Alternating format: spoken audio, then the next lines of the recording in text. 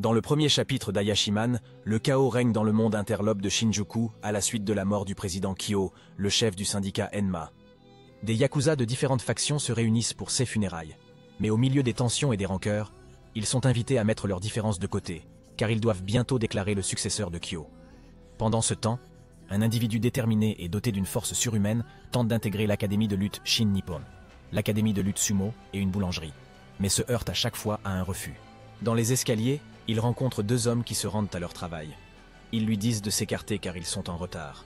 Cependant, lorsqu'ils tentent de l'affronter physiquement, ils sont choqués de voir qu'il possède une incroyable force de caractère, n'étant autre que Maruo Kaido, une figure redoutée de la ville. Des rumeurs circulent sur les exploits légendaires de Maruo, affirmant qu'il a un jour vaincu à lui seul une école, et qu'il a la capacité de lancer une balle dans le dos. École, et qu'il a la capacité de lancer des voitures. Interrogé sur ses intentions, Maruo révèle qu'il est à la recherche d'un emploi. Les badauds lui conseillent d'envisager un métier où il peut utiliser ses talents de combattant contre les malfaiteurs. Dans ce contexte, Maruo rencontre une jeune fille poursuivie par des gangsters monstrueux et intimidants.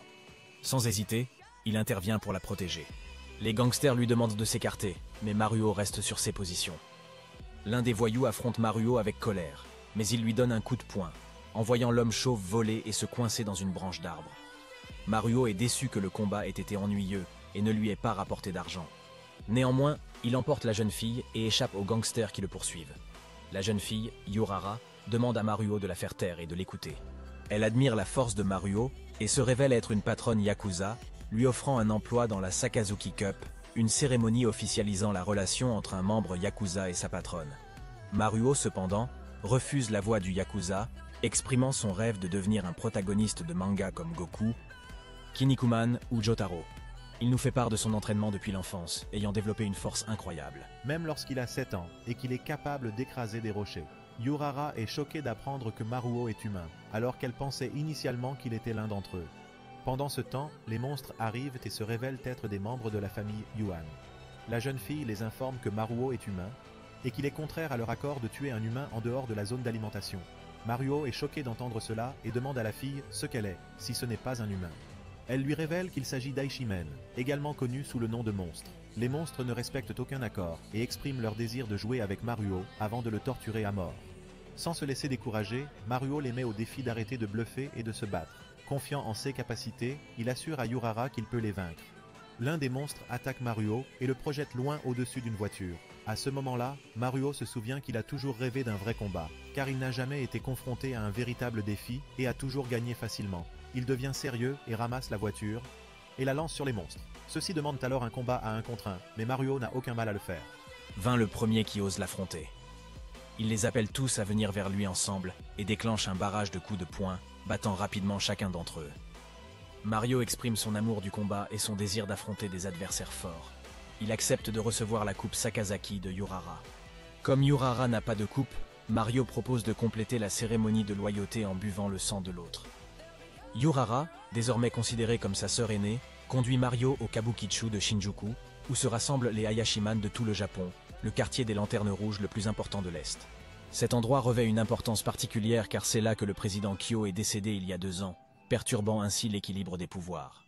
Dans ce quartier, tous les esprits et les monstres portent des masques humains, et tous les conflits sont réglés par des combats à 1 contre 1, ce qui excite Maruo. Au début du chapitre, Yurara explique à Maruo l'histoire de Kyo, l'ancien grand Ayaman de Shinkuju, dont le règne a permis de maintenir le code d'honneur du syndicat Enma et du monde souterrain de Kabukicho. Mais après sa mort, tout a changé, et des guerres de gangs ont éclaté tandis que les familles se séparaient. Curieux, Maruo s'enquiert des autres membres du gang, ce à quoi Yurara répond qu'ils ne sont que 2. Malgré le choc, elle rassure Maruo en lui disant qu'il pourra se battre comme il le souhaite et lui conseille de profiter de l'occasion. Yurara informe Maruo qu'il doit affronter le garde-frontière de Shinkuju. Alors qu'il tente de franchir la frontière, Ashihime apparaît, un membre secret du syndicat qui peut prendre la forme d'une femme.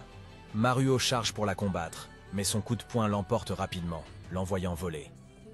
Ashihime explique à Yurara que Maruo est extrêmement fragile, au point que le qualifier de faible serait un euphémisme, ce qui le rend inutile à ses yeux. Agenouillé devant Yurara, Ashihime lui déconseille de retourner à Shinkuju avec Maruo, estimant que c'est imprudent. Il est révélé que Yurara est l'enfant illégitime de Kyo, et que Ashihime l'a protégé pendant les guerres de gang et de famille qui ont suivi la mort de Kyo. Hashihime avertit Yurara du danger croissant de la ville et lui conseille vivement de ne pas chercher la guerre. Yurara n'a pas l'intention de se venger, mais de revenir. Cependant, Yurara déclare résolument son intention de s'emparer de la ville, de venger les meurtriers de son père et d'écraser le syndicat Enma que son père avait mis en place. Mario se lève et attaque Hashihime avec ferveur pour finalement la vaincre par sa seule force. Pendant ce temps, Yurara envisage la possibilité que Mario devienne un problème pour elle à l'avenir et décide de s'en débarrasser si nécessaire. Alors qu'Hashihime gît sur le sol, elle avoue à Yurara qu'elle aussi a été considérée comme un élément dont on peut se passer. Malgré cela, elle exprime sa fierté d'avoir été témoin de la croissance et de la transformation de Yurara. Yurara lui fait ses adieux, mais Hashihime met Mario en garde contre les difficultés qui les attendent avant leur départ. Elle insiste sur l'importance de se souvenir de 4 noms s'il veut survivre. Le syndicat Enma, plus dangereux que jamais, l'Alliance Todoroki, un gang de motards, les Ayakashi Bestars, et le groupe Kori Hotel. Elle dit à Mario qu'il doit apprendre les règles du duel rituel, s'il souhaite protéger son patron. Yurara donne à Mario des instructions avant d'entrer dans Kabukicho, l'avertissant de ne pas s'éloigner, de ne pas manger de nourriture étrange, de ne pas fréquenter d'étrangers et d'ignorer les solliciteurs, en insistant sur le danger de la zone. Mario rejette ses inquiétudes, affirmant qu'il connaît Kabukicho pour l'avoir vu à la télévision. Cependant, une fois qu'ils sont entrés, Maruo est fasciné par le paysage et le compare à Disneyland.